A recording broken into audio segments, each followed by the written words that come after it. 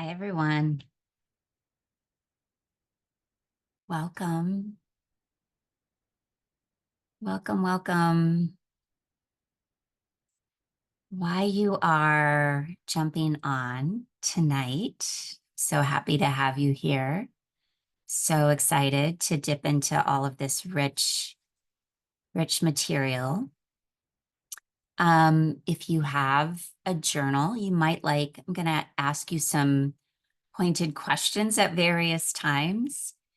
And at least for me, I know how sort of my higher mind guidance works is things come, and if I don't write them down right away, they're gone. So you might like to grab a journal. If you're signed up, you're going to get a beautiful journal that is going out tomorrow, but for tonight, you might like a journal. And then we are going to sit in some guided meditation with again, a chance to kind of get some clarity. And so anything you need, whether it's extra clothing or a blanket or water, feel free to get all of that. So happy to have so many people on tonight. We're working with class 1 of Reclaim, and this is an open class. So I'm offering this first class as free because sometimes it's hard to know what you're getting in for. And some of you that are already signed up, you're like, I'm already in. It's sometimes hard to know, like, what is this all about? And um, in comparison to other courses I teach, which often have like a science foundation or even a yoga-based foundation, this course is the most esoteric course that I teach. And when we're dealing in the mysteries, it is often really hard to articulate and put to words what's actually going on. I don't even always fully understand the transmissions and what's coming through and what's unfolding. And so I wanted this first class to be sort of like a taste. And for those of you who are sort of on the fence, you might, and you don't even have to, you might be like, I'm not interested in the class, totally okay. I actually feel deeply that there is something in this class for everyone tonight, some moment of recognition. And essentially, it's soul recognition. This is a class of soul. This work is all about soul. And so my highest intention for our shared time tonight is that all of us dip in and touch into soul, even if it's very momentary, and that we receive something for our healing, for our peace, for our clarity, for our movement forward. So really glad that all of you are here tonight. So as I said before, Reclaim, class 1 here tonight's 14 weeks. So we're starting one class that leads into 13 following. And it really is, if I try to articulate in the clearest way, we're working with balancing our own internal energies. We all hold feminine energy and masculine energy, and this has nothing to do with gender. This has nothing to do with how we identify, nothing to do with sexual orientation. We're all holding these very deep archetypal energies that we can define as masculine and feminine. We could also define it as yin and yang, night and day, Shiva, Shakti. There's lots of ways to define it. And we're using not only this material, but the energetics of the group. We create very safe, steadfast container when we do these kind of classes together. So we're using the practices, the container, sort of the season. We're in the darkest time of the year. So we're starting essentially at winter solstice. This course will carry us to spring equinox, which is when we're really starting to emerge. And what I'd like to put forward is that what we're doing in these 14 weeks is we're holding space and we're observing, we're noticing, we're learning, we're resting, we're going inward.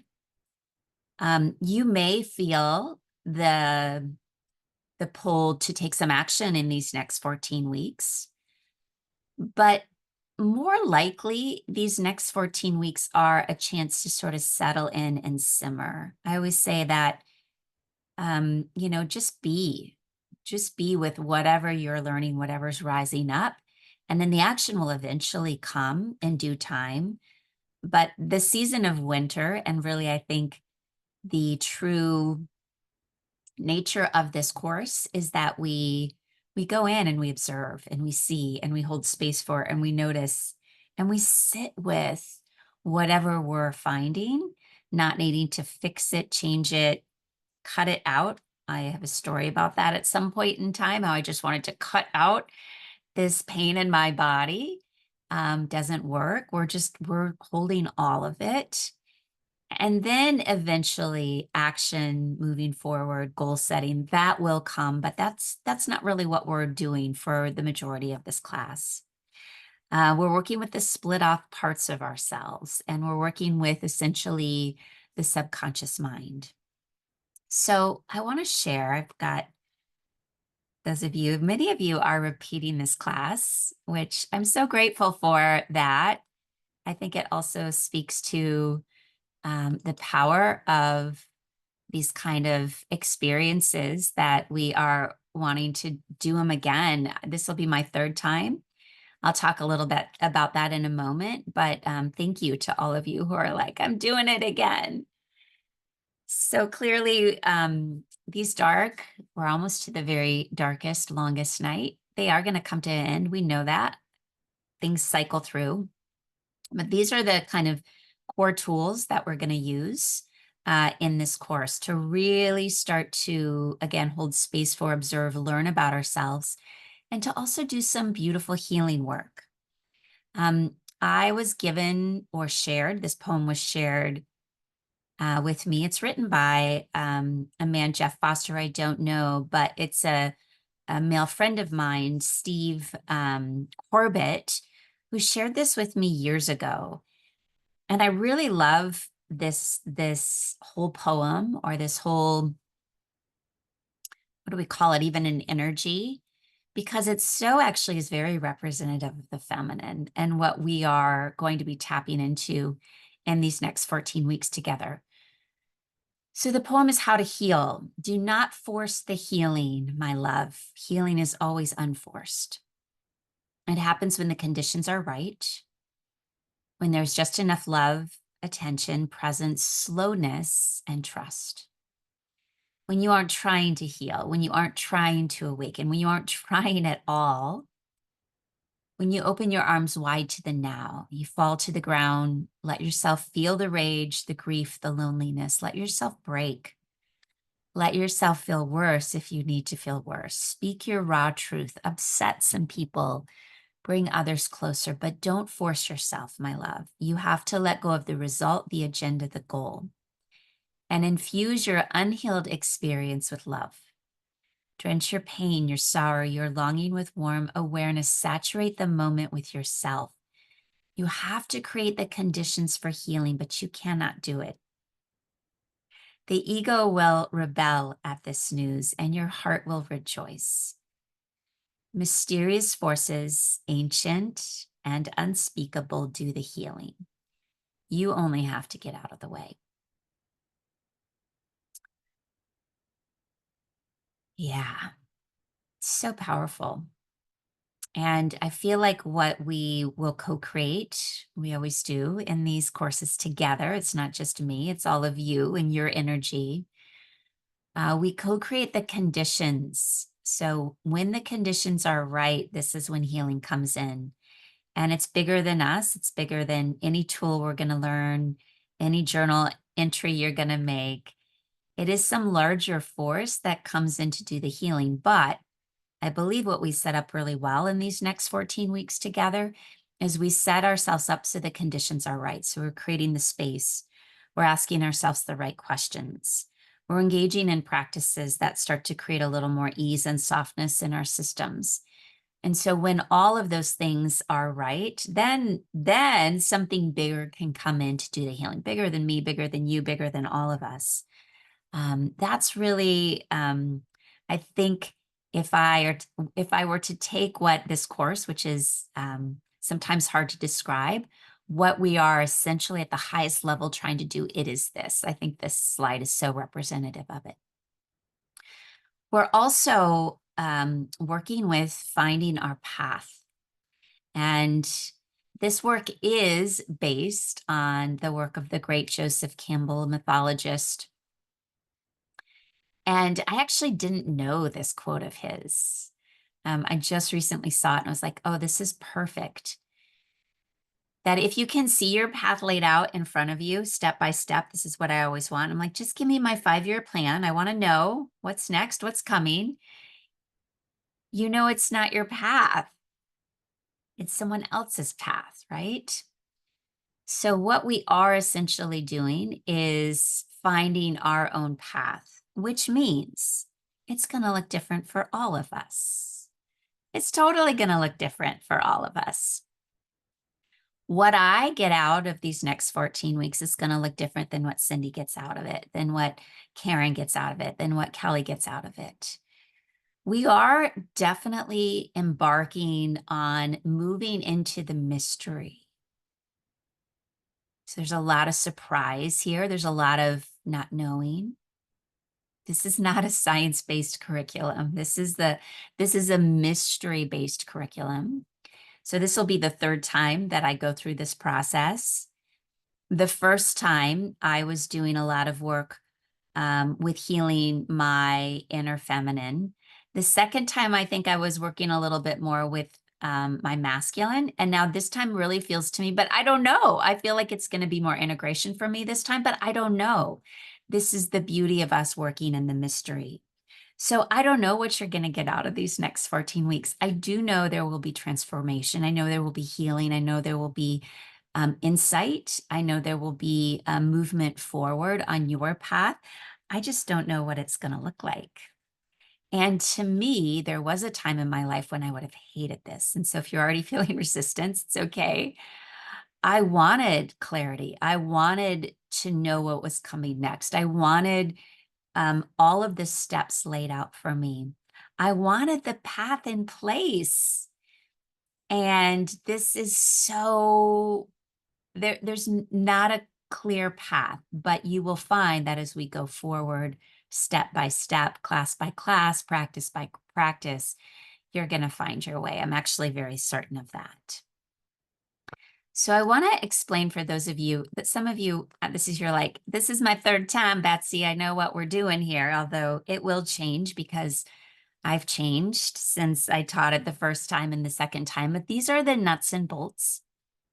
We'll meet every Thursday night for the next 14 weeks. There's actually no pause. It'll be straight through 5:30 to 7 p.m. There's always yoga class that you can join live. And also these are all recorded. So if you miss a Thursday, you miss a live class, you know, you can always find it in your online portal. We're doing 3 new moon cacao ceremonies. So you're going to get packages go out tomorrow and we're sending you the cacao. It's ceremonial grade cacao. You'll get 3 doses of it. And we'll always practice at noon. I thought about making the new moon ceremonies close to when the new moon actually happens, and it just got very complicated. So we're going to do it over the noon hour. You'll get a one-on-one with me near the end. And the reason I'm going to schedule it near the end is I want to help with some integration. There'll be a lot that will swirl up for people. I think of this as a journey. It's a 14-week journey. So my intent is to kind of meet with you later so that we can talk through what has risen up for you in this process of going in and down. And then what are some of the things you want to have in place integration-wise to keep taking what you've learned and keep moving it forward. So I'm a big believer in the importance of integration. And so that's why we'll work with one-on-ones later on. And if some of you are like, I need more than just one, we can talk about adding some more in. There's also a private Facebook group. And then these packages that go out tomorrow, you get a candle, you get a journal, and then you get these 3 doses of cacao. So the place where Reclaim started, I was actually going back through all my pictures, trying to really map this out, mostly for myself. And where I could take it back to, I think, I didn't pull out all my journals because that would have taken me a long time is I think it was around 2019. So I think this was about 5 years ago.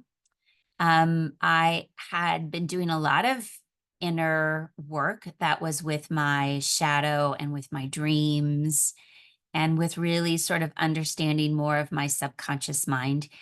And I actually had a repressed memory come forward that repressed memories are things that have been stuffed down. I had no conscious recollection of this happening, but when the memory came up through a therapeutic process, um, things started to fall into place and a lot of my life started to make more sense to me. But it was a really rough time. I guess the image right now I have is I was sort of white knuckling it for a while. And through this process, I had really good therapy and I had really good people in my life. And my dear mentor had said to me, why don't you come to my house? I'm feeling as if we should do a meditation together. I'd like to sit with you. And so I went to her home and we sat sort of in her front room and we're together. It was actually a silent meditation. We were both there together. But what I remember is there was a very clear voice that came in through my left ear. And I knew it wasn't my voice. I'd spent enough time in my own personal meditation to be able to identify when I'm talking to myself. This definitely felt like it was somewhere beyond me. So it took me a bit by surprise. And the voice was very clear and the message was very short. And that message was, you are here in service to the divine feminine. And there was definitely an energy around it of like, everything you're worried about, don't worry about it. Like, it's all going to be okay. What you need to remember, it's almost like it was a remembrance. You are here in service to the divine feminine. And honestly, I had no idea what to make of it. Not even sure I shared it with my mentor at that moment. I know I shared it later. But there was a deep peace that came with it, and that deep peace and calm was in stark contrast to actually what I'd been living through for a while. This white knuckling it. But it still was very like, what do I do with this idea that I'm in service to the divine feminine? Um, I was raised in a very traditional religious home. And so, even though I'd moved away from the religion of my childhood at this point in my life, there was still very deep wiring in me that the divine is masculine. Like, growing up, we always prayed to God the Father or Dear Father, right? It was always a masculine energy that we were honoring, praying to, asking help from. And so this was new, even though, like I had said, I had very much moved away from the religion of my childhood. It was still a new concept for me, this divine feminine. And so this silly picture that I have on this slide is in Betsy fashion, which is let me read everything I can get my hands on. I think I bought every book that I could find about the goddess, about the divine feminine, about, you know, feminine, divine energy. And this is just one bookshelf. Like I was like, I have so many other books and so many other parts of my house. This is just a small smattering. And those of you who are in the book club, you guys are all like, oh, there's more here that we need to read. There's a book club that started in the midst of one of my courses, and they still meet and read books. So maybe one of these books is going to jump out at you. What I learned through was not only reading these books, it was a lot of meditation. It was a lot of work in my body because the feminine definitely is about embodiment. And it was also, I did a retreat in Spain, which was like a sort of a goddess priestess retreat, which there's a lot of stories about that eventually maybe I'll talk about. But I was on this quest. I want to understand more the feminine, which inevitably led me to finding this book, The Heroine's Journey by Maureen Murdoch. And this is what this course is based on, her brilliant reconceptualization of Joseph Campbell's hero's journey. And of course, Joseph Campbell was a professor. He had this deep gift where he really looked over the course of history. He looked at fairy tales, he looked at myth, he looked at indigenous cultures, and he was looking for things that sort of hung together. And one of he has many gifts that he left us. He's passed now, but he wrote the book, The Hero with a Thousand Faces, which laid out this whole idea of a hero's journey. And anyone who's an author or anyone who's watched movies, we are all have benefited from Joseph Campbell's understanding of the hero's journey. In fact, you guys are going to put it in the chat box. I can't see the chat box right now, but Star Wars creator, the name, he's blanking on me. He specifically based Star Wars off of this sort of model. And if you do any kind of Googling on the hero's journey now, what usually pops up, or I've seen a lot of this, is writers and writers' courses teaching people this hero's journey because it's such a great way to create story, right? Create a book or create an image of this journey. I would also dare to say to all of us, we've all been on our own hero's journey, and we most likely will be on one again in this lifetime. And what we're going to learn in this course, we've also most likely been on a heroine's journey as well. Whether we're identifying as male, female, trans, I do believe these beautiful sort of models really can explain a lot in our life.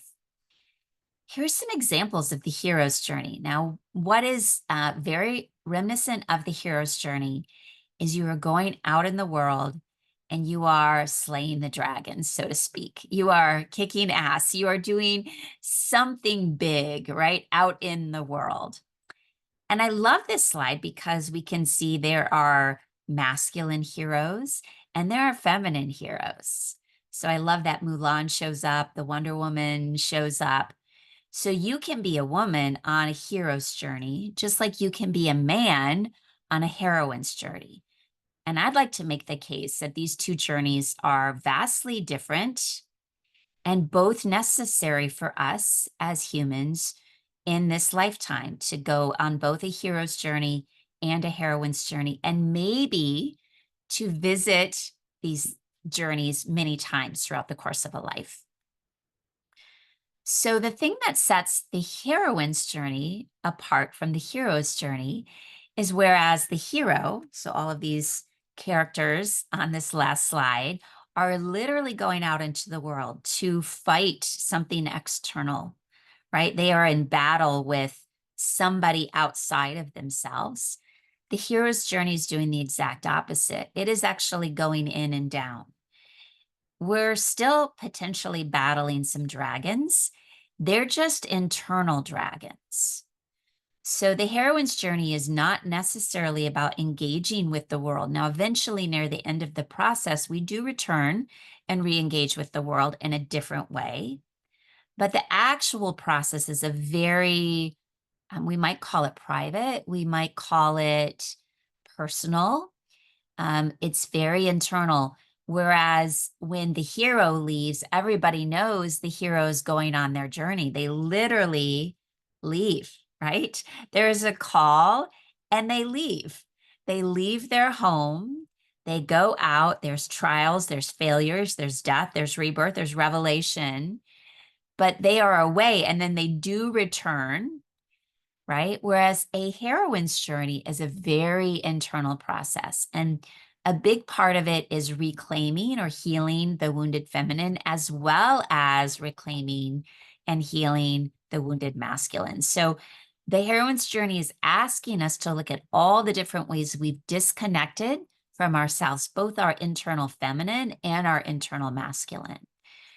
Maureen Murdoch, the brilliant mind who came up with the heroine's journey, by the way, she was a student of Joseph Campbell. So Joseph Campbell put his sort of idea of the hero's journey out in 1949. And let's see, Maureen Murdoch was 1990. So it was about 40 years later.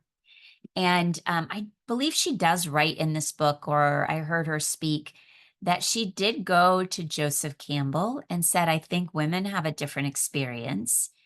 And he eventually came around and did give her his blessing in terms of the heroine's journey. But it's interesting that there was about a 40-year gap between sort of the publication of the hero's journey and when the heroine's journey came out. And still to this day, I think many more people know about the hero's journey versus the heroine's journey. But having worked with them both and really studied both of them, again, I feel like both of these journeys are really important for all of us who are seekers, who are questers, who are wanting to grow, that we're going to go through both of these, and they're both equally important. The going out into the world and slaying the dragons out there is as important as going in and working with the parts of inner self that have been splintered away and gathering them back, reclaiming them in some way.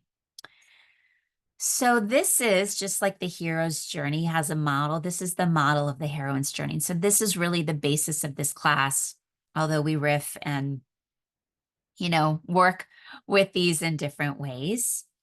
And tonight we're going to talk about the first two parts, the separation from the feminine and the identification with the masculine.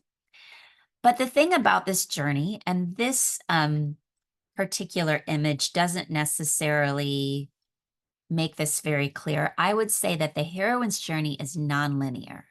And those of you who've been working with me for many years know I'm all about nonlinear movement. We've been working with this concept of nonlinear for a long time in many of the things that I teach.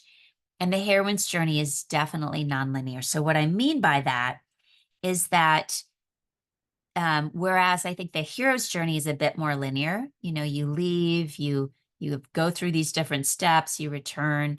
I think the heroine's journey is sort of all over the place, which means that even though I'm going to go in this order, you may be actually in your life working right now with healing the mother-daughter split, or you might have been really in the depths of working with goddess energy, right? So I would say the actual order on this slide is not as important. Even though I am going to do it in this order, there may be weeks where whatever piece of this journey we're talking about really resonate with you because you're like, yes, this is the stage that I'm in right now.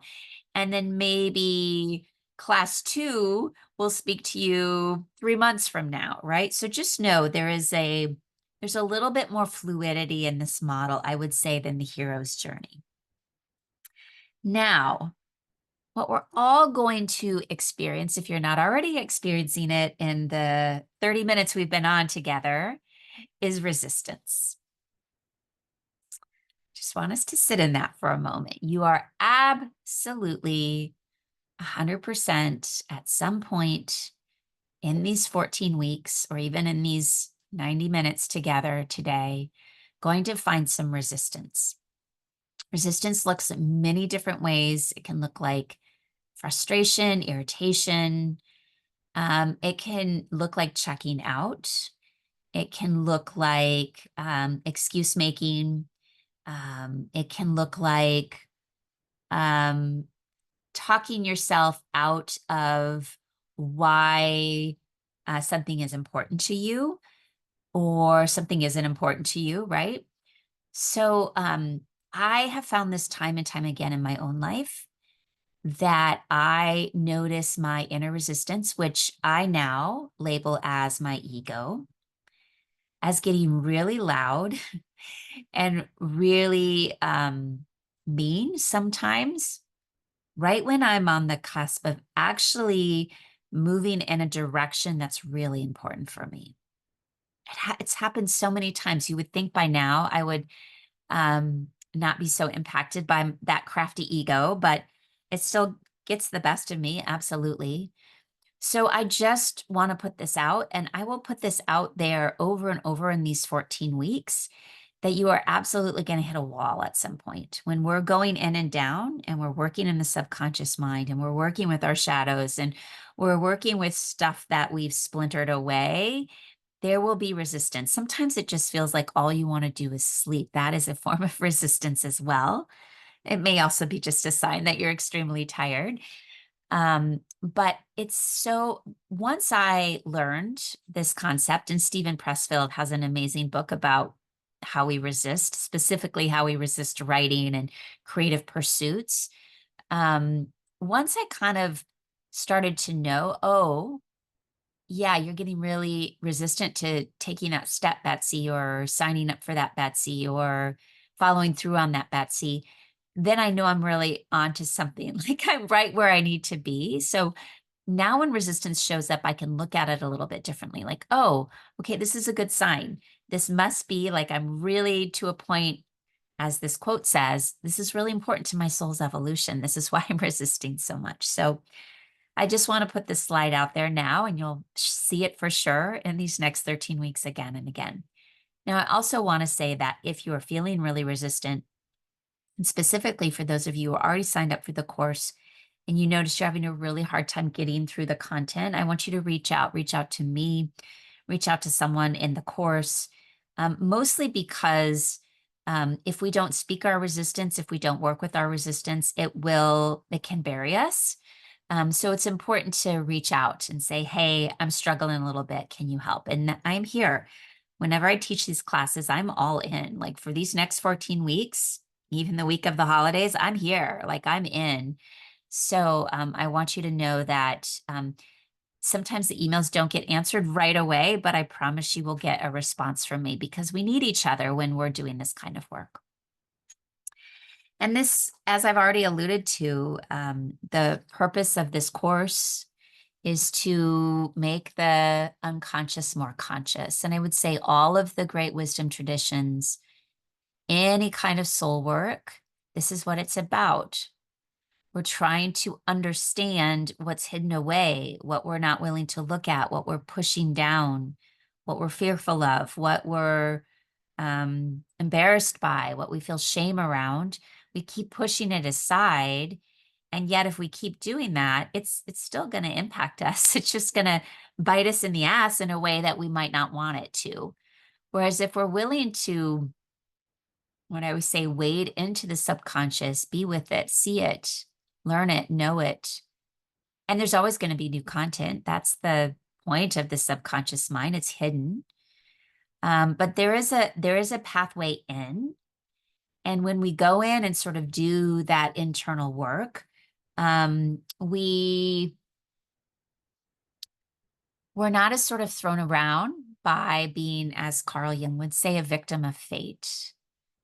Because we're owning more of ourself, even the parts of self that feel like we don't want to own, right? So this is the whole purpose and point, and the work we're doing is making the unconscious more conscious. So as we do this, and as we embark on the heroine's journey, we are working again with the feminine and the masculine. I'm bringing forward this symbol because we've all seen this symbol, right? People have tattoos of this symbol, or you see it on t-shirts. And this symbol comes from Chinese tradition, Chinese medicine, the yin yang symbol. And how I want us to think about this is that if you get caught up with talking about the masculine, the feminine, you can think of it more in this way, the light and the dark, the yin and the yang. But as I was pulling together, I took a course once long ago. This was, gosh, 25 years ago. But it integrated some Chinese medicine concepts. And these 4 concepts that describe this vision that you're seeing, this yin yang, the balance of the light and the dark. And of course, in the light, there's a circle of dark, and in the dark, there is a circle of light. So if you sort of look at this methodology of Chinese medicine, this balance of the yin and the yang, the light and the dark are opposing forces. They're equal, right? So if you look here, there's equal white and equal dark. They are opposing, and yet they're also complementary, and they are interdependent, right? So if we got rid of the black on here, you wouldn't have any wholeness. This is creating a whole circle. Now, the other thing that's very fascinating about this is that they're mutually transformative. They are dependent upon one another. So when one transforms, the other automatically will also transform. So there's a regeneration. When one regenerates, the other opposite energy also regenerates. However, they are also mutually consuming. So each of these forces, the yin, the yang, the dark, the light, has the potential to consume or control the other energy. Let me say that again. They are mutually consuming. So each force has the power to consume or control the other energy. So in a state of health, in a state of balance, which is what we're seeing right now, neither force is overwhelming the other. Neither force is consuming the other because they're in balance. However, when there is an imbalance, one force will start to consume the other. So ideally, what we're wanting to find is balance within ourselves between these energies. Now, I don't believe, and this is again my opinion, I don't have data to back it up, but I don't believe that we have to maintain like a 50-50 split or a 50-50 balance between these two energies. So I actually like the idea that we all have a leading energy. That's the idea. Tony Robbins, who's a well-known sort of motivational speaker, he has talked about it in this way, that we all have a leading energy. So for me, my leading energy is definitely feminine. And it's not just because I'm a female. When I pull up the slide soon about the different qualities of the masculine and the feminine, I tend to carry just more naturally a lot of feminine qualities. So I've had to really build and work on my inner masculine. But you can be a woman and your leading energy is masculine. And that doesn't mean you look masculine. It doesn't mean anything about your sexuality. It just means you lead with masculine energy. And likewise, a man can lead with more feminine energy. So it's almost as if, but you're still carrying the opposite energy as well. So I like to think if you took half of this, and I heard a teacher say this one time. So if I lead more with feminine energy, so I would be the dark, right? Like I carry more of this dark piece here, but I have about 30% of masculine in me. And that feels about right. I feel like I've got about 70% feminine, about 30% masculine. But what we're going to do tonight, part of our practice tonight, our inquiry, is what is my leading energy? And what's the balance in my own system of masculine and feminine? And again, I don't think it has to be 50-50 here. But I think we have to understand what is our leading energy, and whatever our leading energy is can often get out of whack more. And so this course is all about finding balance. Again, not 50-50, but finding that we're carrying the balance and that our masculine is a healthy masculine and our feminine is a healthy feminine. So let me show you this slide because I think this one helps explain some of these concepts a little bit more. You guys hanging in here with me, by the way? I'm going to see if I can pull up the chat. Yes. Okay, good. Oh, and thank you. It was George Lucas. Thank you, Karen. So I have the chat up in case anyone wants to ask questions. I will try to pay attention to both slides. Okay, so the feminine energy is often considered the left side of the body. And you can see the qualities of the feminine. It's receptive, it's passive, it's more contractive, it's intuitive, it's inward. So we're on the heroine's journey. What are we doing? We're going inward and we're going down. That is the pathway for the feminine. Whereas the masculine energy is more projective, it's more active, it's more giving, expansive, and outward. That's why on the hero's journey, you go up and out. You leave the home and you venture out into the world. So you can also see on this slide some of the natural feminine, which I would also say you could call it the balanced feminine, and then the natural masculine. You can also see on the slide what we might describe as the wounded feminine and the wounded masculine. So if you were to print this slide out and you would start to circle these qualities that apply to you, this might start to give you a little bit of clue about what your leading energy is. So I said that my leading energy, I'm aware, is more feminine. I'm very tender. I'm very intuitive. I've been highly sensitive my entire life. I prefer allowing and being in the flow a little bit more. Now, it doesn't mean that I can't be assertive. I can't assert boundaries. I don't have discipline. I definitely have worked to create those, and I am carrying some natural masculine in me, right? So it's figuring out what is my leading energy, and am I carrying some imbalanced masculine and feminine? So as a wounded feminine, am I codependent? Am I withholding? Do I fall into victim mentality?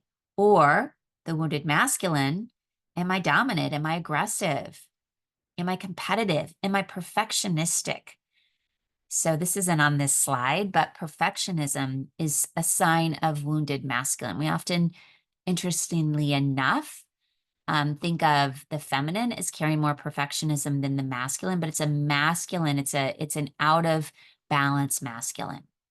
So in this 14 weeks, we're going to be playing with a lot of these concepts, figuring out, okay, what energy in me is leading, what energy in me is holding back a little too much, which parts of me are carrying more wound, and then how can I follow that? How can I work with that?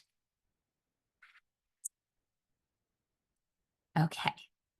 Yes, thank you, Lori, for asking this. I'm catching a question Lori has. Does the word power under the feminine side mean power and consciousness is under? Yes. So I added, so this slide I found and I was like, oh, this is such a good representation. And then I added underneath it. So, and this is pretty unknown. I learned this throughout all of my journey and my study and all those books that I read. If we really are to boil down feminine energy, the feminine energy is the power. And it's actually also, I'll take it one step farther, it's manifestation. So feminine energy holds power, and it also holds this deep capacity to manifest, to bring things to life. Like if you think about even the feminine is about creation. It's about bringing things forward, manifesting things. And so there's deep power in the feminine. The masculine is consciousness, it's spaciousness. The masculine is the mind, the feminine is the body, right? So I remember this has been a big aha for many people who've gone through this course when we start to restructure our concepts about that. If we're just looking at it as raw archetypal energy, the feminine holds power and the masculine holds consciousness. So because of patriarchy, it feels flipped often. We feel like the feminine doesn't hold power, but actually it always holds the power. The power just might be repressed, conditioned away, and the masculine holds consciousness. And again, these are archetypal. This isn't man versus woman. This is archetypal energies. We'll get into this more too in these next 14 weeks. I'm trying tonight to just give you a big overview on some of these big themes that we're going to work with. All right, so I don't actually own this book, but I saw this image online. It's from a book, so I don't actually own this book, Smash the Patriarchy, because I actually don't actually like that word smash, but I thought this image was very much sums up what we've been living in, both men and women, in a skewed system. So inherently, patriarchy has not allowed these energies to be equal. Remember, these energies at an archetypal level are complementary. Yes, they're opposing forces, but they're complementary. They work together. They're interdependent. One is not better than the other. One is not more important than the other. And yet patriarchy has definitely put masculine energy as more important than feminine energy. And so from this graphic novel, um, this is, and this is a fairly recent book. 7 out of 10 films still have male protagonist, whereas the woman in the story is often defined by her relationship to the man. And I remember several years ago, I gave a client of mine that I was working with, it wasn't this exact slide, but it was a sheet that talked about on one side feminine energy and the other side masculine energy. And I sent her home and asked her to circle which qualities do you think you relate to most? And she came back and her sheet was mostly everything was circled on the masculine side. And she said, but I don't like any of these on the feminine side. I don't like tenderness. I don't think of myself as wanting to allow or be in flow. She's like, I see that I'm definitely preferring the masculine. And at first glance, if I'm totally honest with you, because we've all been raised in a patriarchal system, you look at the masculine like, I want to be confident.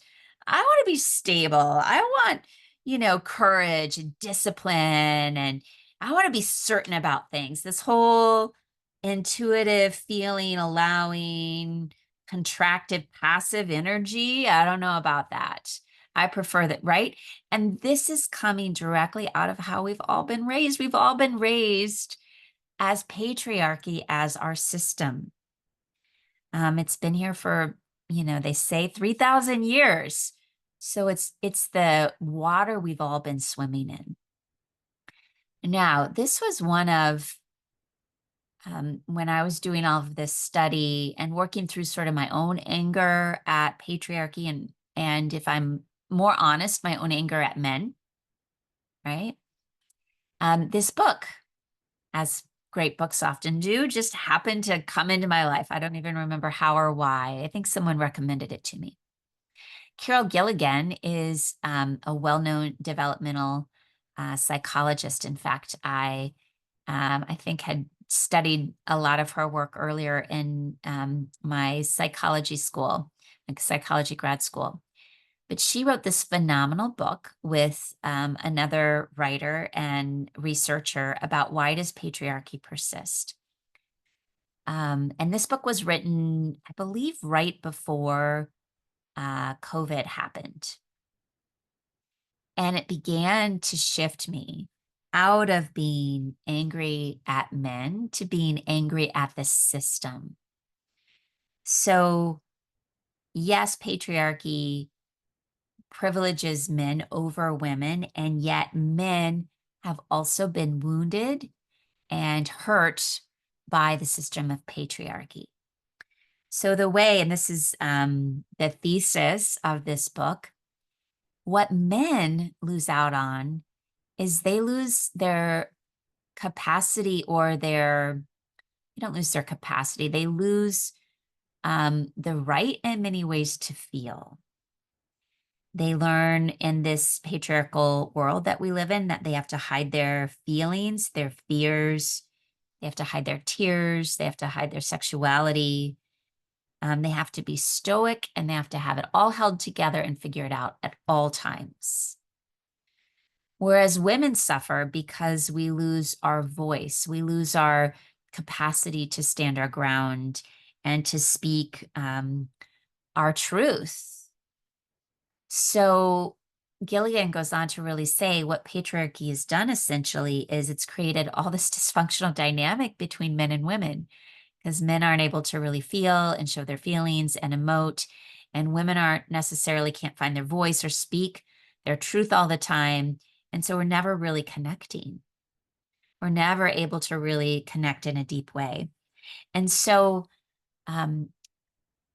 this is where I want to take us in this class, is that we can look out, and there's a sort of deep teaching that so within, so without. So we can look out into the patriarchal system and we can see all of the imbalances, and we can see where people are getting harmed and hurt and where things are unfair. I mean, even this slide, right? It's not fair that, you know, men get the protagonist role and women are always supporting. So we can look out and see all the problems it's created. But what I think is as essential is for us to look in and see, being a part of this, what I'll say, dysfunctional culture, what it's done to us on the inside. How are we split from our feminine? How are we over focused on our inner masculine? Like, what is our imbalance? And when we can work with our own individual energy and individual self, the internal balancing, it is going to help our collective. It's going to start to bring healing so that maybe in 100 years, this book is obsolete, right?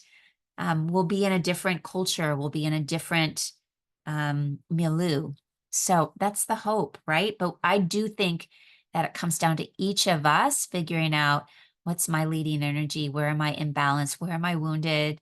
Is it my masculine? Is it my feminine? Is it both? How are they interacting with one another? And the ultimate, this is, I'm foreshadowing, the ultimate class 14, we're going to get there, class 13, class 14, is called something to say, it's called the sacred marriage, the Hieros Gamos, which is when our energies are beautifully balanced and there's this divine coming together that is then really empowering. We're going to work a lot with dreams in this class. And I've yet to have this dream, but often people will talk about that when they're really doing this work and they get this beautiful balance between their inner masculine and inner feminine, they start to have a lot more dreams about weddings, right? So we might call it your divine wedding dream if it comes, or maybe it's already come for you. I don't know. I'd be curious to hear. So there is, even though I said there's a non-linear sort of progression here, in terms of healing our inner feminine and our inner masculine, we start first with the feminine. And this comes out of this book, The Heroine's Journey. We have to focus on healing our inner feminine first, because it is the feminine who has the power that then goes on to heal the masculine. So we need a strong, healed feminine to then be able to work with and heal the wounded masculine. So this is why I think this time of year, and why everyone needs to go on Heroine's Journey. We have to go in and down, and we have to reclaim our wounded feminine so that then it can heal the wounded masculine. That's not only in us, but it's in the culture as well.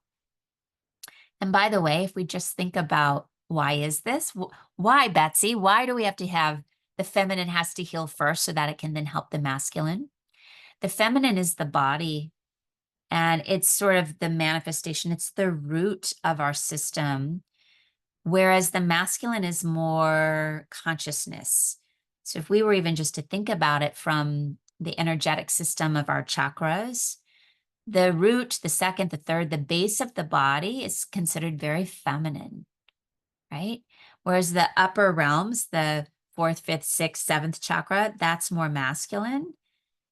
But if we don't have a strong foundation, just like a house, let's say the seventh floor of a building needs to be fixed. If you can fix that seventh floor, but if the root, the foundation is crumbling, it's not worth fixing the seventh floor. You got to deal with your foundation first. So we are working in the feminine, healing the foundation so that it can then heal and work with our inner masculine. So before we go into our practice tonight, we're going to work with the first two steps on this heroine's journey. And the first is why we separate from our feminine. I've given a lot of clues already. Most of us are quite separated from our feminine simply because we've been raised in a patriarchal culture that has always made the masculine and the energy of the masculine more beneficial or more focused on.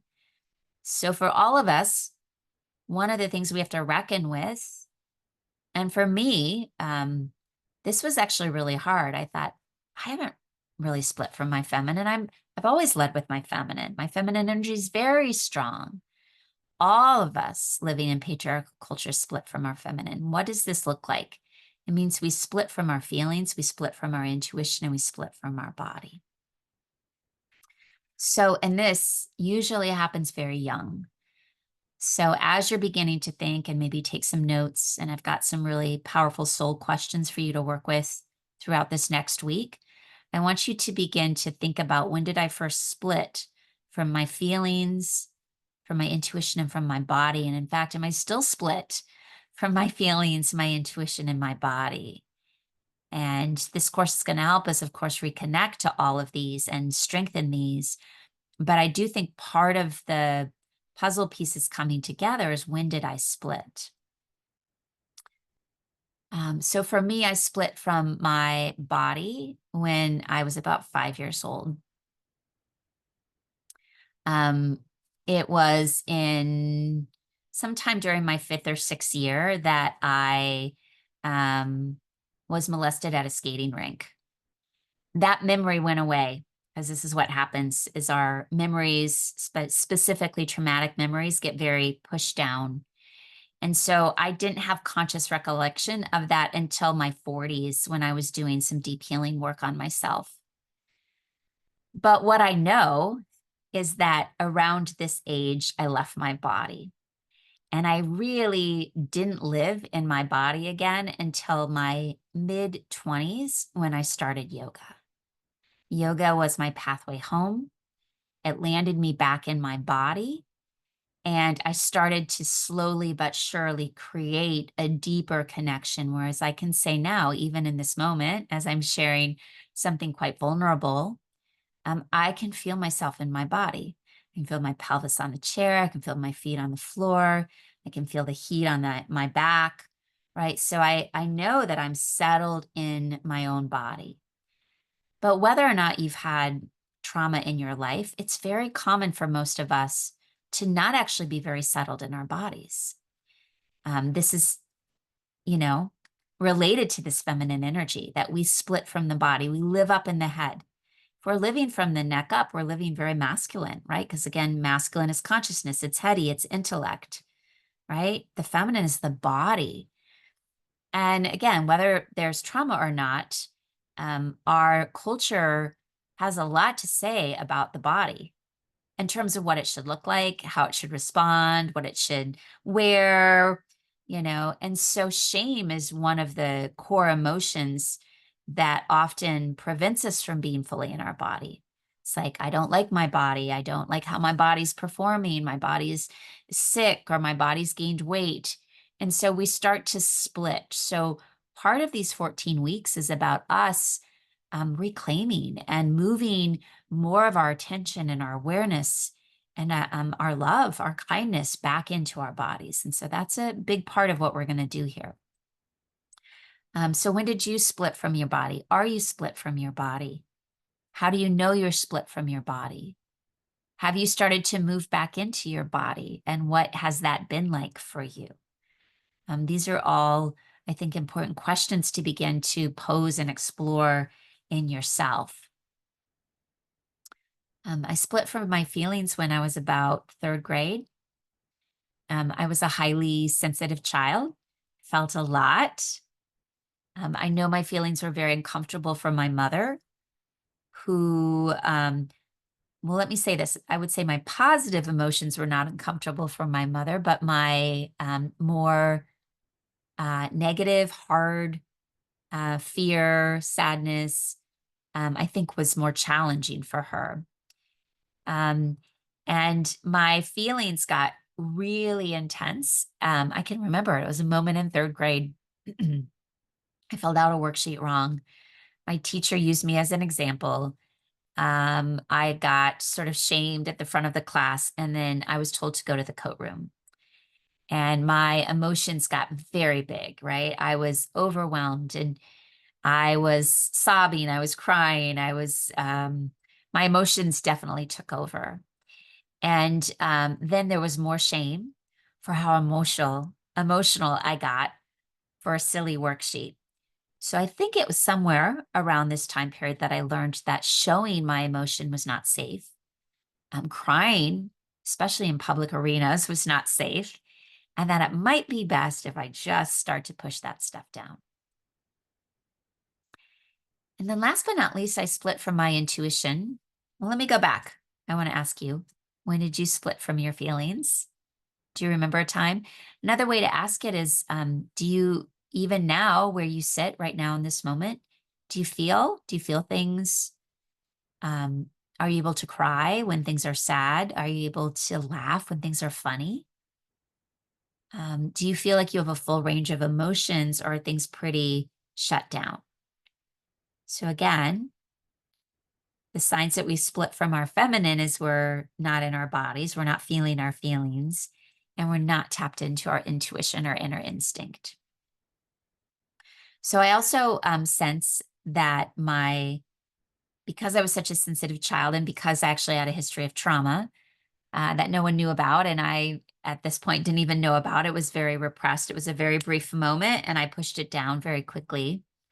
But my intuition was very strong, and this is not an uncommon thing that, if there is a trauma, children develop sort of a hyper awareness of the world around them because, of course, they're trying to stay safe. And so I know that I was very intuitive. I was very tapped in. There's many things I remember about childhood where I knew things, um, but I knew that if I told my parents or my caregivers that I knew things, they would be like, they wouldn't believe me, or they would tell me, "You can't know that. It just must be luck, right?" But I know I had very strong intuition until about fifth grade. I think it started to shut down in fifth grade when I started to embrace more masculine qualities. You can't see the full picture, but I was asked to be a crossing guard in fifth grade. I was very proud of this. And the outfit that I have on here is khaki pants. You can't really tell, but it was a pink shirt with a tie. I was wearing a tie. I was wearing penny loafers, and my hair was cut very short. So this was fifth grade, and it was the year that I had my first male teacher. And I started to, I think, start to move away from some of my natural inclinations of art and music and some more feminine things towards really embracing leadership and embracing, I was even dressing in a way that was much more masculine. And I think it was this time that I really started to disconnect from this natural intuition and gift that I had. And again, it wasn't for many, many decades, again, not until my 20s, not until I got back into my body, that I started to remember how intuitive I was and how intuitive I actually am. So again, when we disconnect from feminine, we disconnect from body, from emotions, and from intuition. So first two steps on the heroine's journey is we separate from the feminine, and then we identify with the masculine. So again, when did you start to split? Can you start to see in your own history? So when we go in and down, it's sort of like a splunking process, right? Like we're going in and down, we're going back in many ways. Like, can I start to piece some things together? And clearly my awareness of when I split, this didn't just happen overnight. This has come through many years of therapy and internal work and internal journaling. Like, when did I really start to split from myself? Um, it might not be super clear cut for you, but I encourage you to start to really think about those times when you began to split. And we're going to do a practice here that might help bring some of this forward for you. And And then the second step that happens on this heroine's journey is that we start to embrace the masculine. So if we've all been raised in a patriarchal culture where the prevailing myth is that people, positions, and events that are male defined have more value, of course, we're going to want to embrace the masculine. So there comes a point where girls begin to observe this. I think for me, it was definitely in fifth grade, around the age of 10, that I started to want to identify more with what I was seeing in the culture, which is that the prestige, the authority, and the money and the power was controlled by men. And so if I could align with that, or if I could please men, then I would somehow be safer or protected or more powerful. So during stage 2 of the heroine's journey, a woman wishes to either identify with the masculine or be rescued or please the masculine. And this is not all bad. So nothing that we talk about when we're looking at these energies is right or wrong, good or bad. And again, we're all on our personal path. So I'm describing my path just as an example, but not as the only way. Each of you have a leading energy, and each of you have a path where you started to disconnect. And that's what I'm wanting you to begin to consider and think about. So again, embracing the masculine is not all bad. It's not negative, especially at first. So when we embrace our inner masculine a little bit more, we do move into more potential discipline. We move into more decision making, more direction, more courage, more self-valuation, more action taking, right? So this might be the stage where you got really clear on a goal that you wanted to go after, and you sort of took your masculine energy and your action and your focus and your determination, you really channeled it to get through graduate school, to get through college, or to get through high school, right? So embracing the masculine is usually very beneficial until it's not, right? And so next time, this is a little spoiler alert, in our next class, next week, we're going to work with the 5 myths that can often come up when we reject the feminine and embrace just the masculine. So remember, we need both energies. But for most of us, we've gone through a process at some point where we started to reject the feminine, reject the body, reject feelings, reject intuition. We could even say sexuality is often a part of the feminine. Reject sexuality, reject these things, and embrace the masculine. Embrace action, doing, discipline, decision making, direction, focus, goal setting. Embrace all of that. We need them both.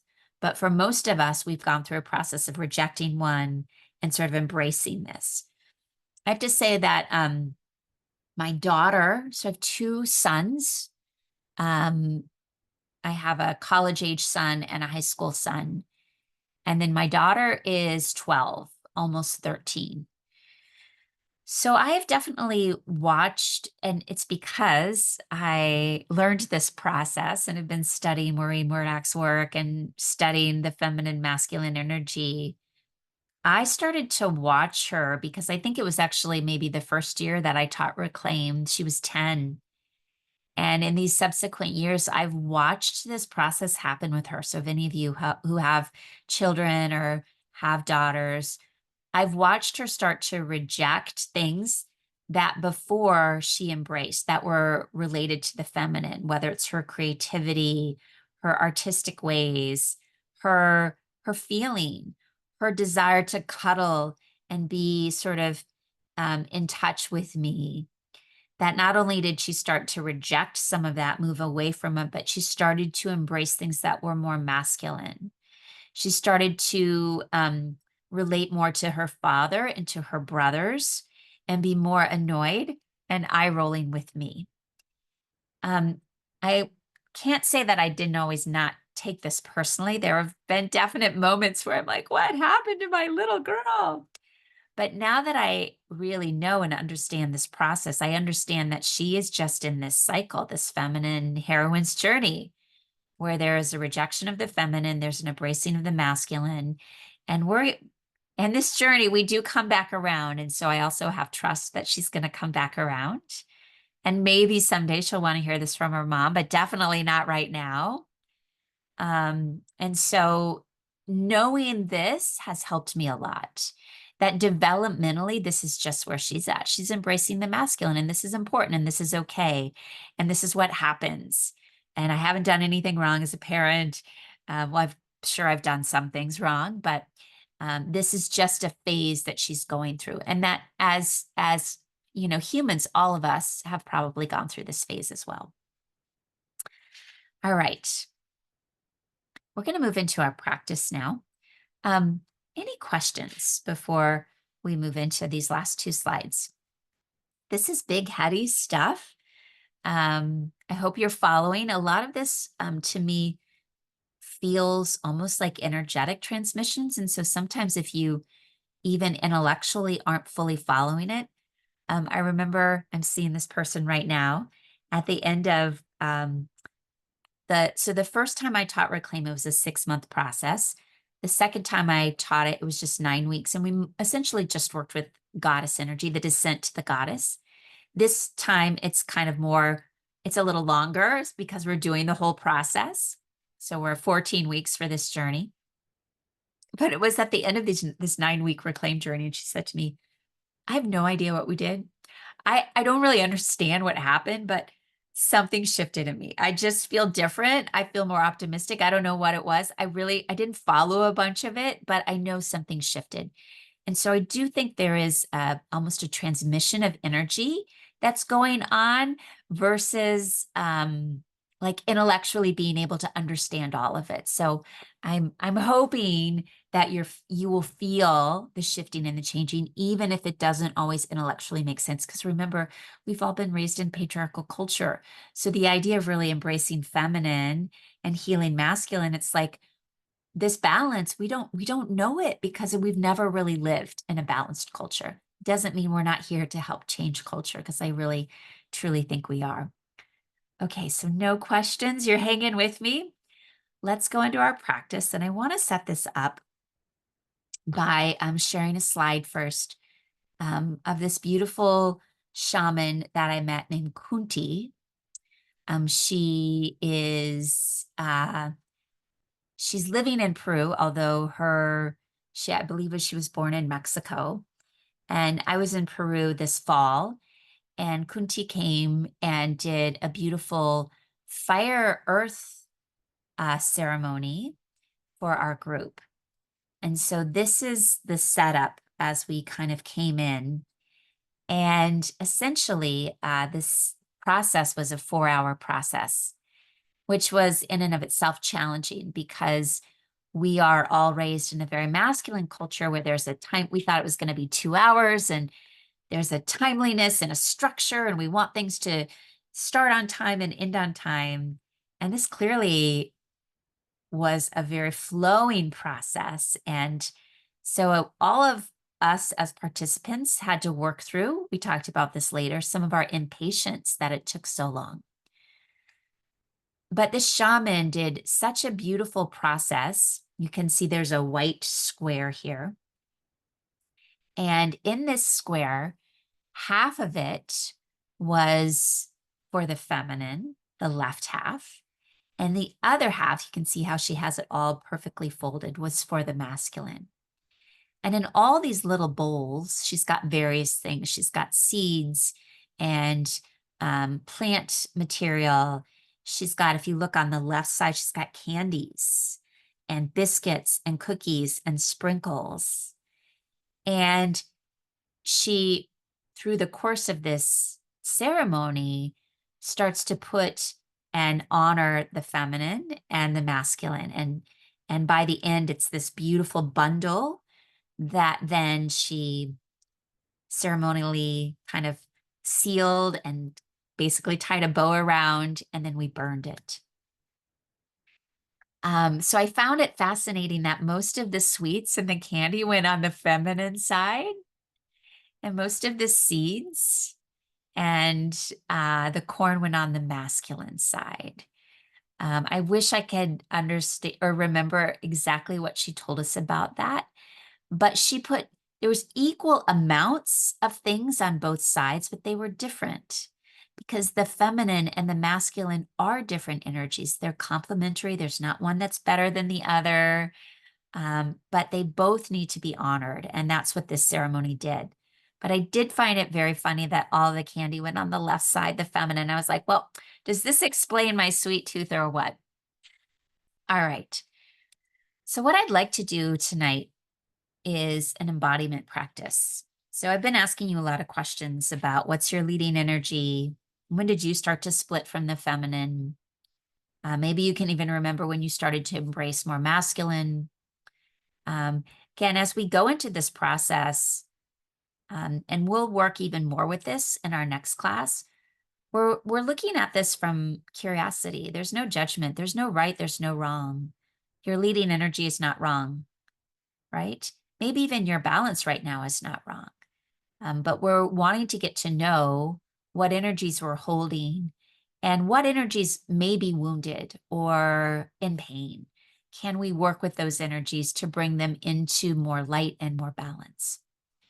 So I'm going to take you on an internal journey right now, just to see if we can gather a little bit more insight, a little bit more clarity about our own system. All right. And we will be done with class by 7 o'clock. So we've got about 15 more minutes to do this exploration.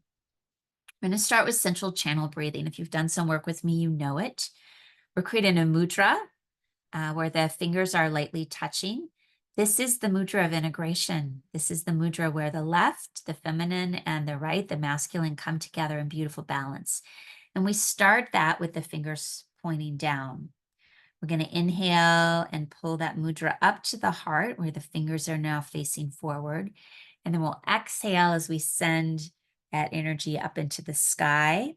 We'll keep the mudra, inhale, hands back down in front of the heart. And then exhale, fingers point down. The energy is moving down. All right. You'll get the hang of it. So hands gently touching, fingers gently touching, resting. Fingers pointed down.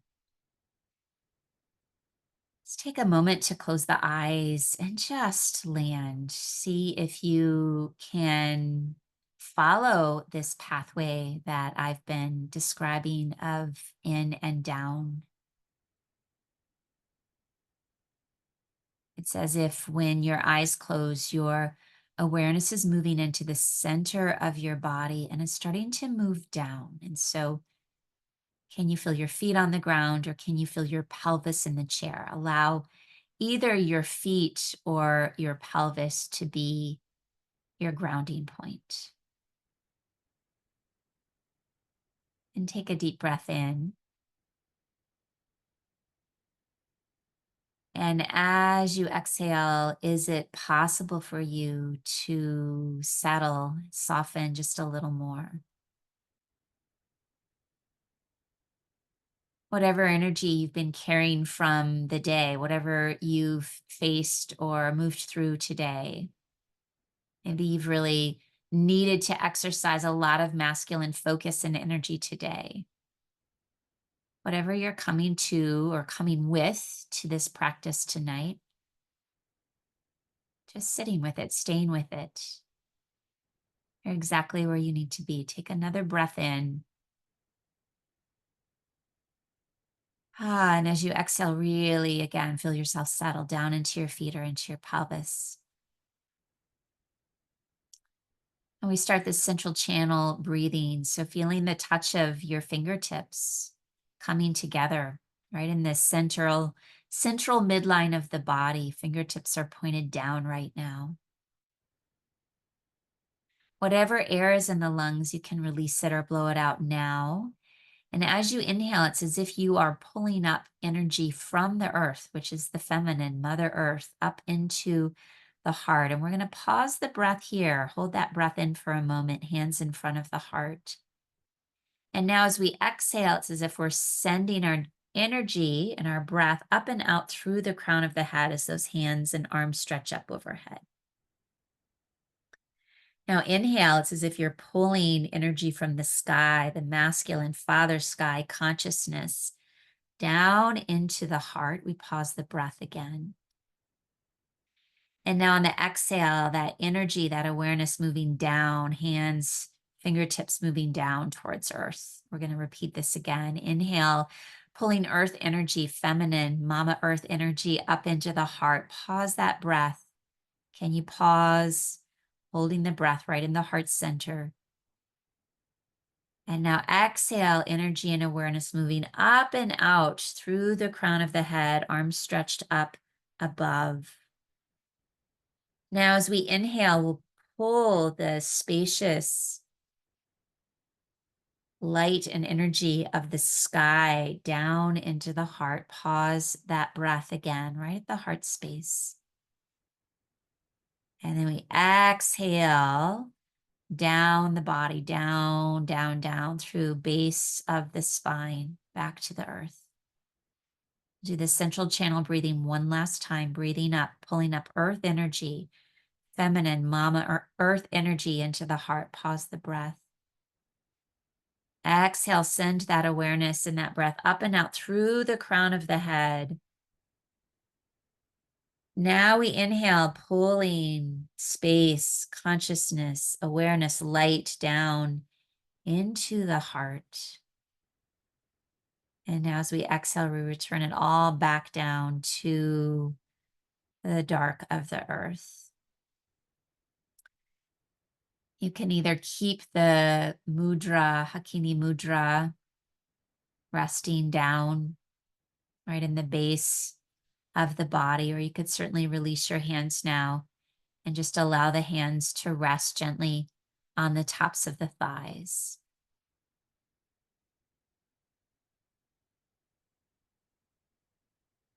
Take a moment to observe and notice the effect of that central channel breathing. It's certainly a practice that is designed to balance the left and the right, the feminine and the masculine, the earth energy with the sky energy. And so just taking a moment to notice if you're landed in your body, what do you notice?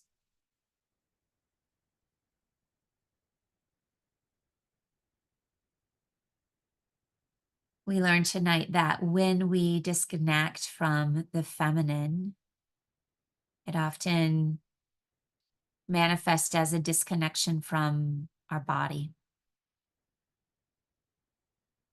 It can also look like a disconnection from our feelings and our intuition. But for this practice tonight, we're going to explore and notice and be present with sensations in the body.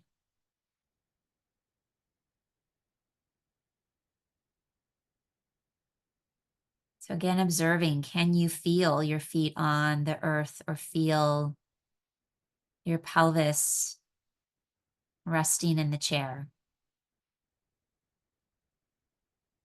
Wherever your hands are resting, can you notice the heat of the hands, the weight of the hands on the legs?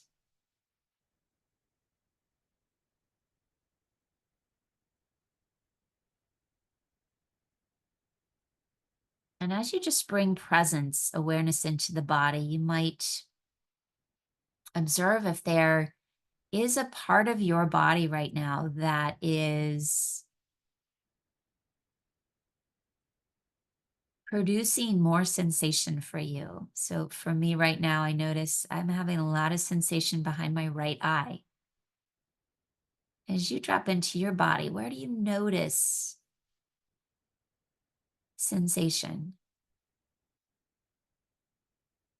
And because feminine energy is mysterious and fluid and ever changing, if you just ground and stay with sensation in the body, you will most likely observe the sensations coming and going, shifting and morphing, expanding and contracting.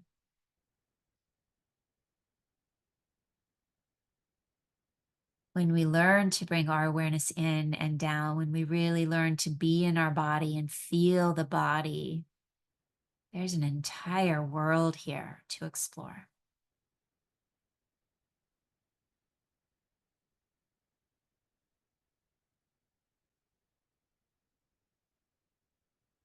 As you stay with this sense of awareness in the body, I'd like you to bring your attention to the left side of the body. So it's almost as if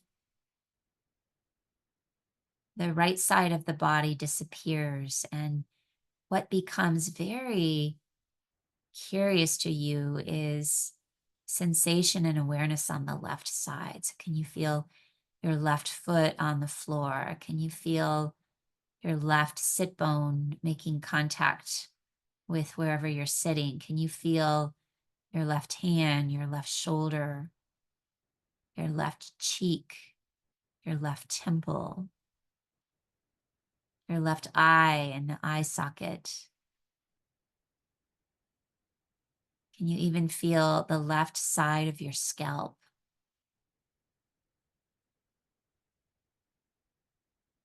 Just as we breathed up, directed breath up our central channel, I want you to see if you can observe breathing in through your left nostril and out through your left nostril. You don't have to close off the right nostril per se. You're just observing breath traveling in through the left nostril and breath traveling out through the left nostril.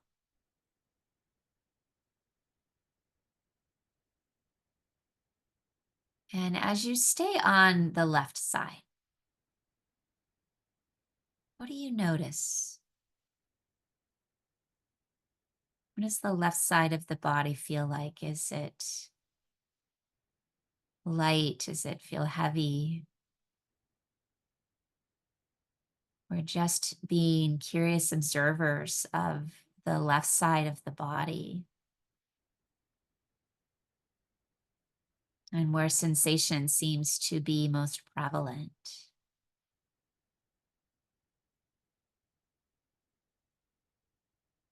And then as you stay on this left side, just invite any images or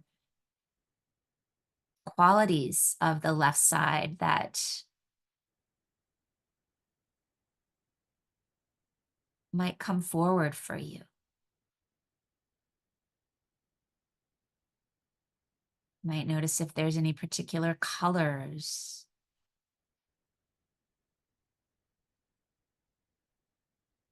Might notice if there are any words or phrases or memories that seem to surface when you keep your attention and your awareness on the left side.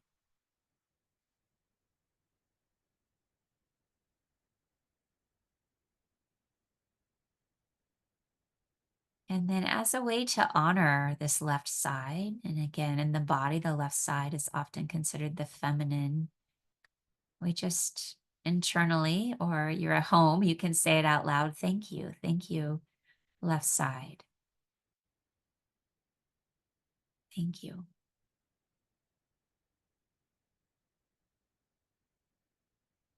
And now we move our attention into the right side. Again, it's almost as if all that attention we just gave the left side, now the left side in a way disappears.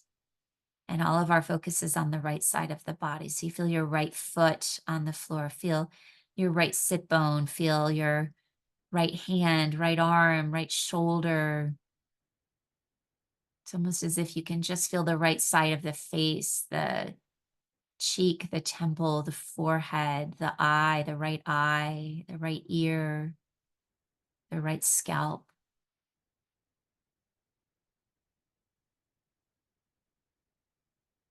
And now we see about breathing up through the right nostril,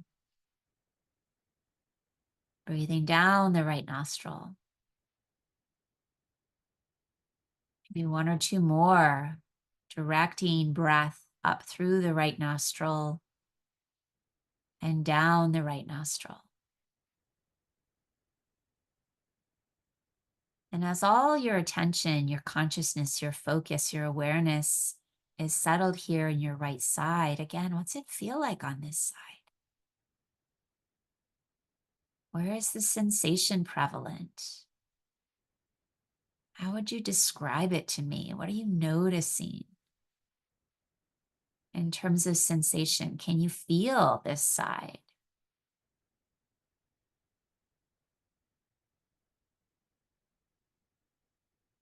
And allow your imagination to open to images on the right side of the body or colors. Again, if you were to get a snapshot of the energy on the right side, what do you notice? Does it feel smooth? Does it feel spiky? Not needing to judge any of it as right or wrong or good or bad. We are just simply holding space to observe what our right side feels like right now.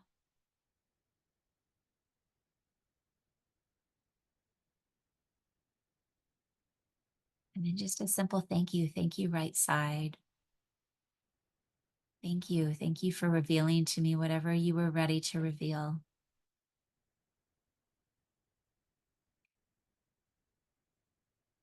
Now your left side is back online as well. So left side and right side both online.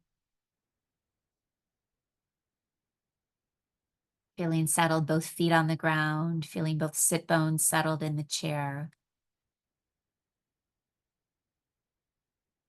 Ending with just 2 rounds of Nadi Shodhana. It's called alternative nostril breathing. And we're just going to do it mentally tonight. So no need to close off any of the nostrils. Breathe out any air in the lungs right now. And as you inhale, just imagine breathing up your left nostril. Pause the breath at the top. And as you exhale, it's as if you're breathing down the right nostril. As you inhale, we breathe up the right nostril. And as you exhale, down the left. Let's do this one last time, breathing up the left nostril. So now we're finding deep balance between the right and left side. Exhale down that right nostril. It's all sort of imaginative here. It's as if you're breathing and directing the breath and the energy down that right side. And now we breathe up that same right nostril and breathing down the left side. Bring your hands together now in front of the heart and just rub the palms together rapidly, create some heat.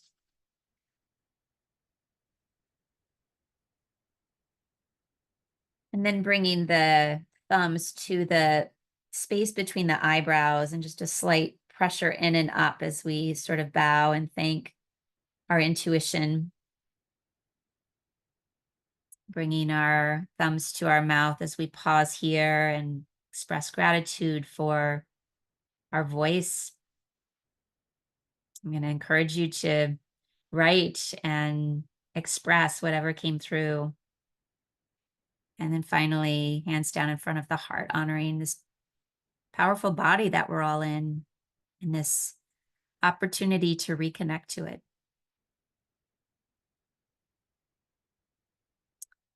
When you're ready, you can gently release the hands, lift the head, and open the eyes. All right, my friends.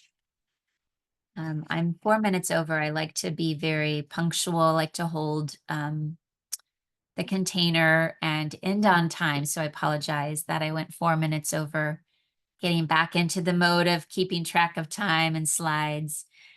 I am going to stay on for questions. So class officially ends at 7 o'clock, but I will stay on afterwards to answer questions. And for those of you that are already signed up for the program, I do have some homework for you. And you will get an email with this in it. So don't feel like you have to frantically write this down as you're coming out of your meditation. I'd rather have you jot down any insights or visions or feelings or sensations that came through in that meditation. But these are some of the things that I'm going to ask you to be aware of in this coming week before we meet next time. And again, I will send this to you in an email so you'll get all of it.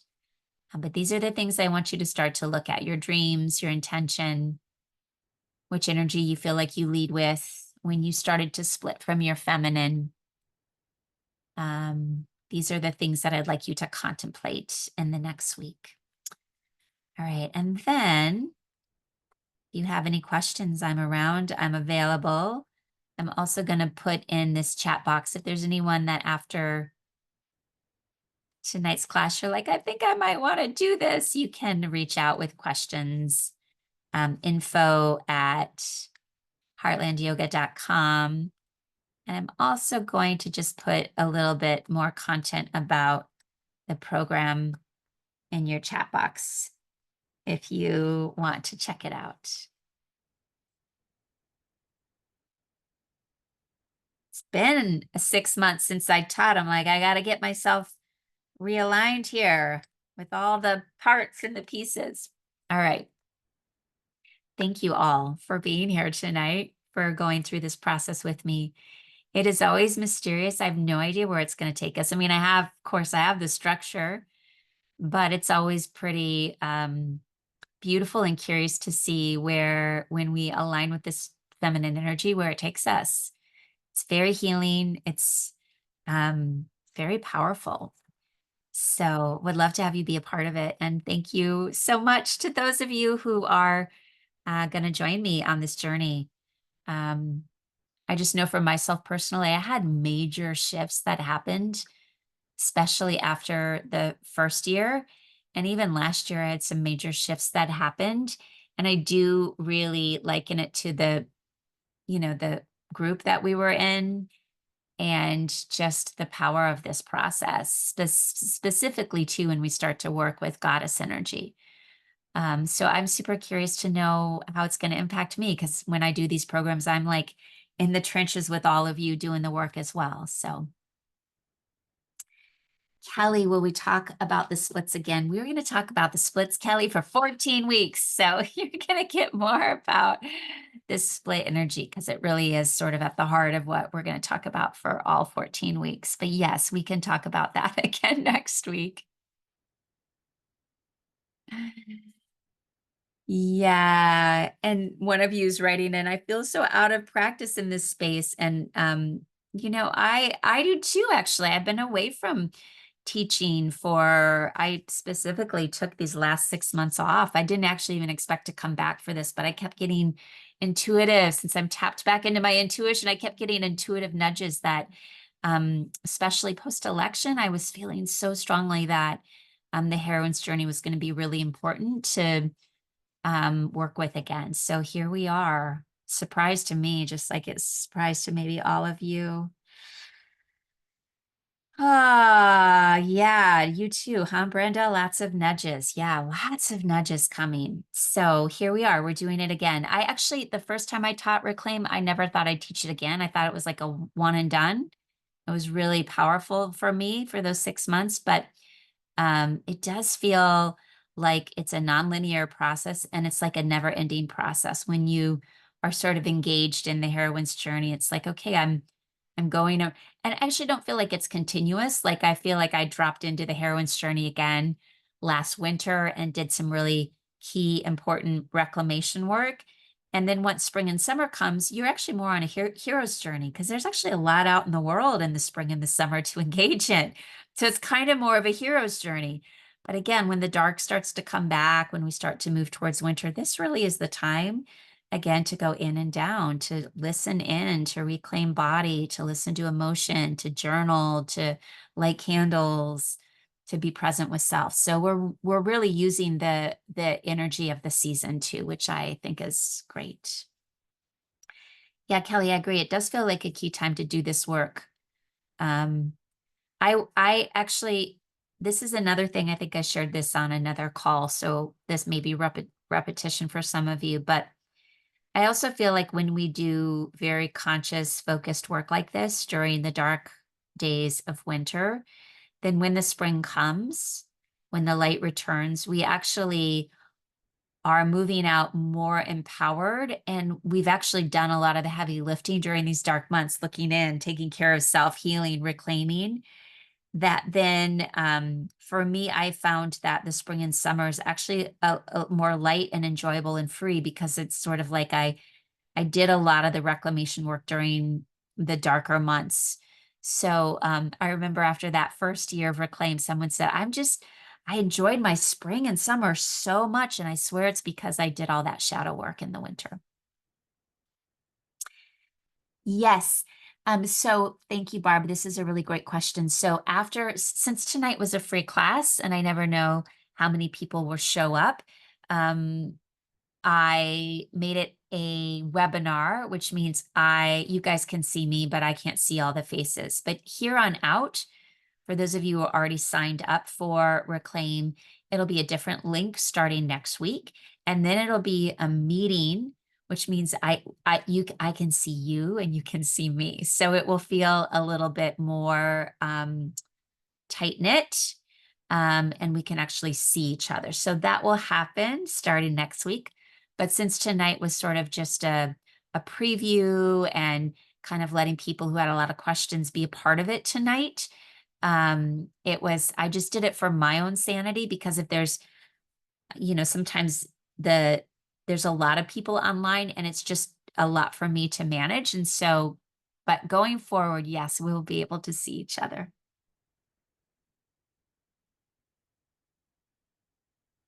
Jennifer, I think that's very true that humanity is ready to reclaim the feminine. We absolutely are, because again, the feminine is what heals the planet. It's what heals us. Remember, it's the feminine energy that actually will heal the wounded masculine, the patriarchy. But we need the feminine energy to come back online and to reclaim it and to heal it, to actually start to heal some of these very broken systems. I think this is why the Dalai Lama said many, many, many years ago, it is the Western woman who will heal the world. And I think my interpretation of it, or intuitive feel of it, is that the feminine is what needs to come forward to actually really bring healing to a very splintered planet. And so it starts in us. So we have to heal our own inner feminine to then heal the wounded masculine in ourselves so that we can bring it out into the world. So I really also believe that, yes, the time is now for the feminine to rise, and it certainly is rising. We can see it. And it's meant to rise in all of us, man, woman, trans, and the feminine is it's the healing energy. It is the power. It is the flow. It is the intuition. It's always changing. It's ever changing. And it's the mystery. So I agree that the world needs more feminine right now in all of us. Lynn, ready or not, it needs to, right? I agree. I agree. Beautiful. I love seeing your beautiful names, and I'll get to see your beautiful faces next week as well. We'll see you in yoga on Saturday and Tuesday, and then we'll be together again next Thursday for class number 2. And there will be slides and everything saved in your online portal. That'll get in there probably yet tonight or first thing tomorrow, as well as this recording. Feel free to share this first recording, which will also be on YouTube, with anyone who might just benefit from the conversation we all had tonight. Look forward to co-creating this whole experience with all of you. And I'm really just feel so blessed to have you guys with me on this journey. I have no idea where it's taking us, but it's going to be powerful. All right. Best to all of you. Much love. We'll see you next week.